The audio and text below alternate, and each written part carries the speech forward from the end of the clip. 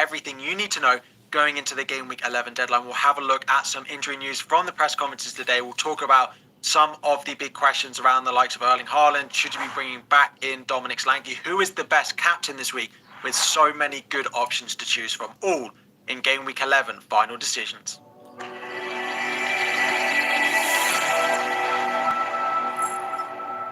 What is up, everyone? Fpl Harry here. Before we dive in, 2,000 likes is the aim. Subscribe if you're new around here as well. And it is Friday. It is, of course, a slightly later deadline for game week 11. So do remember that it's not until 1:30 on Saturday. There is no early kickoff. So a slight change.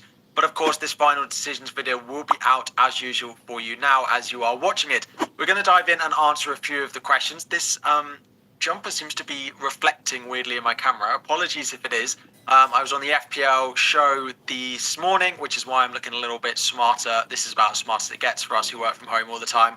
But anyway, let's get into the video. The first thing to discuss is the Salah versus Haaland transfer. Both of the 2 points are quite linked together. The first one is actually that we expect Mo Salah not to go on international duty with Egypt. It sounds like he's been exempt. The first game is being played on Astro, where Salah doesn't usually play because it is not good for injuries, especially when you're used to playing on grass.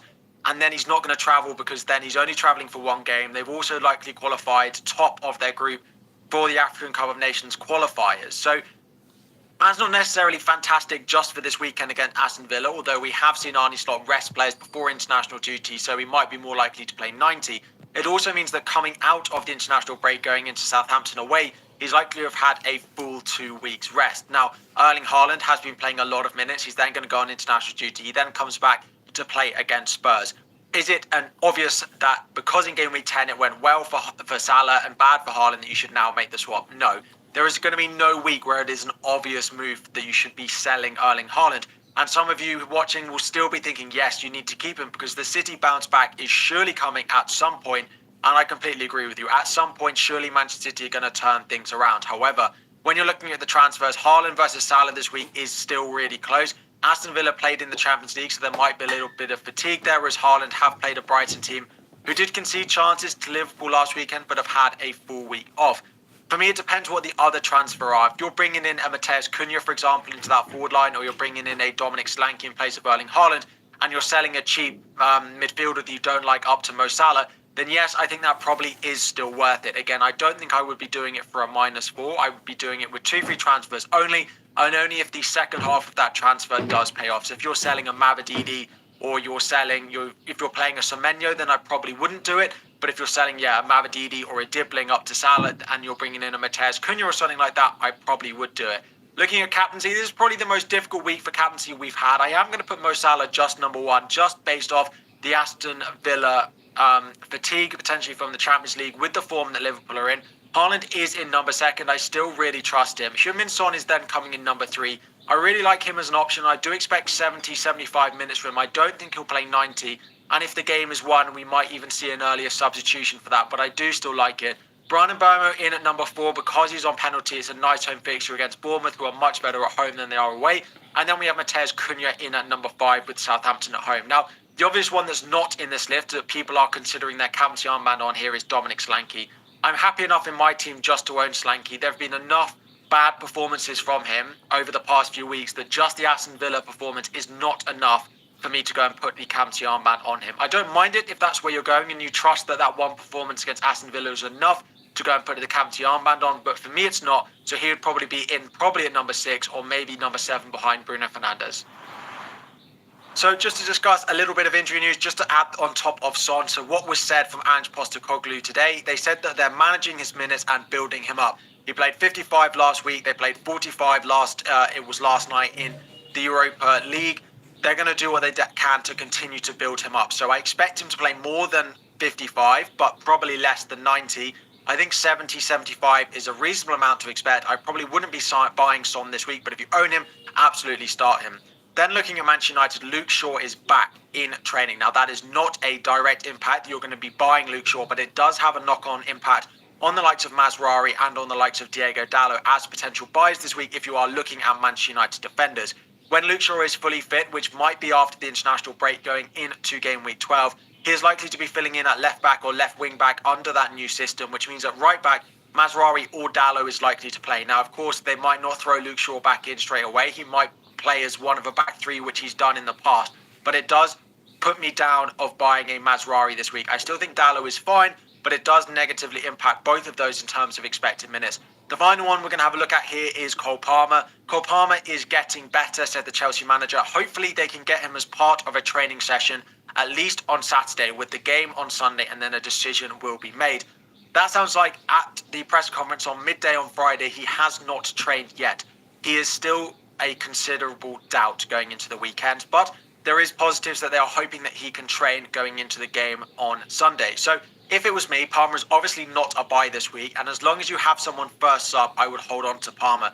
The fixtures from game week 12 onwards, you will want Palmer back. I would not be doing Palmer to Salah. I have Palmer in my team and I am not selling him, even if I think he's a considerable doubt going into that Arsenal game.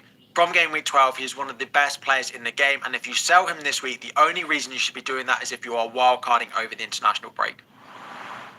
Then the rest of the injury news that we're looking for really comes from Arsenal and doesn't really offer anything, and Arteta doesn't really tell us anything. And once again, Arteta told us literally nothing, but I'm going to go through it anyway for the sake of the video. On Declan Rice, he literally said, I have to be very vague on that one. He hasn't trained yet. It's not clear if he's going to be available to play. And of course, if Declan Rice misses out, it makes the Arsenal defenders worse. It makes the likes of Gabriel, and if you have a Fabianski versus a Raya decision, it makes them worse. I can't offer anything more. I probably would expect Declan Rice to pull through and play, but we don't have anything more on that, and we're likely to get nothing more between now and the deadline. Next up is Martin Odegaard. Of course, we have seen them lack creativity going forward without him there. What he said is everyone that is in the squad is going to be fit and available to start the game. Given that Odegaard did play some minutes, I would expect him to be in the squad. And if he's going to be in the squad, that means that he's going to be available to start the game. So I would expect Odegaard to start this game away at Chelsea. Of course, not guaranteed though. The final one is Kai Havertz, who went off midweek with a bang to the head. We have to wait until tomorrow to see how they react. Kai Havertz had a nasty cut. Again, I expect him to pull through. I expect at least him and Odegaard to play. Rice is a little bit more uncertain with a broken toe, but given how big the fixture is, again, I would probably expect all three of these to start, but Arteta gave us literally nothing. Top players to buy is up next. David Raya is in at number 1 as the best goalkeeper. From next week, the fixtures look really nice. Similarly for Verbruggen at Brighton, the fixtures for Brighton from game week 12, really good as a good cheap option. If you want Manchester United, Onana, they have been not bad as defensive numbers. Going forward, a little bit mixed, but I don't mind him. I probably wouldn't buy him, but I can understand why some people want a Man United defender. If you're looking at Dalot, for example, he could be another option. Sanchez of Chelsea. The issue with a few of these is their fixture that they have this week, but from next week, the Chelsea fixtures turn. Sales is in at number 5 because he's probably my favourite long-term cheap goalkeeper. Just over the next few weeks, there are some difficult fixtures that are starting to crop up, which is why he's not quite as high up the list, but I still don't mind him. Should make some saves, and the old clean sheet is still going to roll in. Moving into defence, Aït-Nouri is number 1. Of course, a reminder, he is on 4 yellow cards, so have a little caveat of that if you are looking to buy him this week. Kanate in number 2, I really like him. I wouldn't be buying Robertson, I wouldn't be buying Tsimikas. They look like they're going to rotate based on what Arne Slot said in his press conference today. Trent as well, probably not worth the money anymore, can hold for one more week, but if I was buying you, I'd be buying Kanate. Gabriel in at number 3 based on the fixture this week. If there was no Cole Palmer, I do think he probably is number 2, but I'm probably just about expecting Palmer to play. There's such mixed reports on it. Gabriel away to Chelsea, number 3. Dalot in at number 4. Might be higher if Luke Shaw wasn't back in training. And Lewis Hall as the cheap option in at number 5. Moving to midfield, Mo Salah does go in number 1 based on the fixtures, based on the captaincy option. Bryan Mbeumo number 2 based on being on penalties and the long-term fixtures. Brennan Johnson number 3, my favourite way into the Spurs team still. Semenyo as a good cheap option in number 4. Caveat, he is also on 4 yellow cards. And then Bruno Fernandes in at number 5. The reason he's slightly lower down is because of the price. If he was less than 8 million, he would probably be higher up the list. But right now, it's just a little bit too much to pay, I think, for him to be higher up the list. Then having a look at forwards, Matheus Cunha ranks in number 1. I've actually gone with Alexander Isak, who is a really, really big hot prospect for me in my team in at number 2. Forest away this week isn't fantastic, but then it is West Ham at home in game week 12. Like that a lot. Then we've gone with Strand Larsen as my favourite cheap option. From next week, it will probably be Danny Welbeck, although with the likes of João Pedro, Evan Ferguson, and they've got Jorginho Ruta all competing for those spots, does put me off Welbeck and João Pedro a little bit. Larsen does look nailed. Slanky in at number 4, and then Jackson number 5. Again, from next week, Jackson will shoot up the list because of the fixtures Chelsea have from game week 12 onwards. Having a look at the projections for game week 11. Having a look at the most likely teams to score a lot of goals, we actually have Spurs in at first at 2.9. So if you want to captain Slanky, Brennan Johnson, or even Son, I absolutely can't put you off that. I don't think I'd be captaining Brennan Johnson. Maybe Slanky if you wanted it, or maybe Son as well. Next up in terms of goals scored is Manchester United. If you're looking for a Garnacho, a Rashford, a Ahmad, they are decent punts. The only issue is Ahmad would have thought to have been a starter, but he did go off with a slight knock. We don't know if he's going to be available going into game week 11. And if he's available, Garnacho probably won't start. But if he is out, then Garnacho will start. So it is a little bit more difficult to buy those. So I'd only probably recommend Dalot or Bruno Fernandes from Manchester United. You then have Liverpool coming in just above Manchester City, which is why the Salah captaincy may be slightly more appealing than if you are going on Erling Haaland. Wolves next in terms of goals scored, still with 1.8. Clean sheets, the benchmark we really look at is anything above 40% is a likely clean sheet. We don't have a single team above 40%. And the most highly rated defence this week is Spurs at home to Ipswich without Romero and without Van de Ven.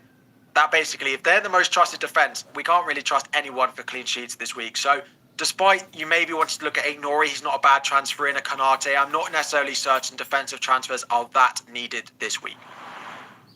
And then finally, just to wrap up, having a look at my team, I'm almost certain now I'm going to roll the transfer going into game week 11. I will be having a look, though, on my stream for potential team news of Manchester City and anything we hear on Cole Palmer. If Cole Palmer is ruled out, then I will just start Semenyo over him. If Cole Palmer is a doubt, then I will start Palmer and have Semenyo as Spurs sub. There is part of me which might just start Semenyo over him, but I think Semenyo, unfortunately, is going to be rooted to the spot. It could be Wood that I could bench, but Wood is just one player of the month, so I don't really want to bench that. There is a lot of home fixtures in my team as well, so unfortunately Semenyo is likely to be the one that does sit on the bench. If Palmer doesn't play, he will come in for him. The only other thing to look at, of course, is defensively. I'll be keeping an eye on any early Manchester City team news. Rico Lewis is in at the moment. However, it could be Mykolenko that start in his place. There is rumours, only rumours at the moment, that Jared Bowen is facing a late fitness test for West Ham. If West Ham are going to be without Kudus and without Bowen, it does boost the potential Everton clean sheet here, which might make me start Mykolenko over Lewis, who I don't expect to keep a clean sheet away at Brighton. The only other thing to discuss is the Fabianski versus David Raya decision again, because I think there's a probably 50-60% chance that, maybe 70% chance that Palmer plays. I already have Gabriel. Everton are not scoring loads of goals. Calvert-Lewin actually hasn't been pictured in the training photos. There's lots going on there. It's a must-win game for West Ham. For 1 week and 1 week only, I plan on playing Fabianski over David Raya. That could change by the deadline. Semenyo could find his way into my team by the deadline, and so could Mykolenko. But this is where we're lining up at the moment. Of course, Greaves is ruled out. Captain is still on Mo Salah. Vice captain is still on Brian Mbeumo, as I did discuss in my team selection video yesterday. If you want more detail on what my team is doing and future weeks as well, go and check it out. I do think my team is looking quite nice. I did plan on selling Solanke. Maybe that's not necessarily the best thing. As I mentioned, though, Alexander Isak, Jackson, who is on 4 yellow cards, though, and Welbeck are the top 3 options I could look at, or I could just end up keeping Solanke. But this is the team. I think I'm likely to just roll the transfer. And that is all. Just a reminder of the deadline stream going into Saturday. It is a later deadline, though, 11:30 a.m. until 1:30 p.m. deadline stream. The deadline is 1:30 p.m. UK time. There is no early kickoff. Now, the clocks did change a couple of weeks ago in the UK, so if you are abroad watching this, do check when the deadline is in your country, but it is 1:30 p.m. UK time, with, of course, a later deadline. If you need a little bit of content to watch on this Friday evening or Saturday morning, because there's no Premier League and no deadline streams until later, please do check out my new podcast, Know the Score. I'll link it below. The clips are up on screen. Thank you all for the support. Everyone who's watching it is saying that they absolutely love it, so I appreciate that a lot. If you haven't tried it, please do go give it a try. The deadline stream is also already scheduled, so click the link above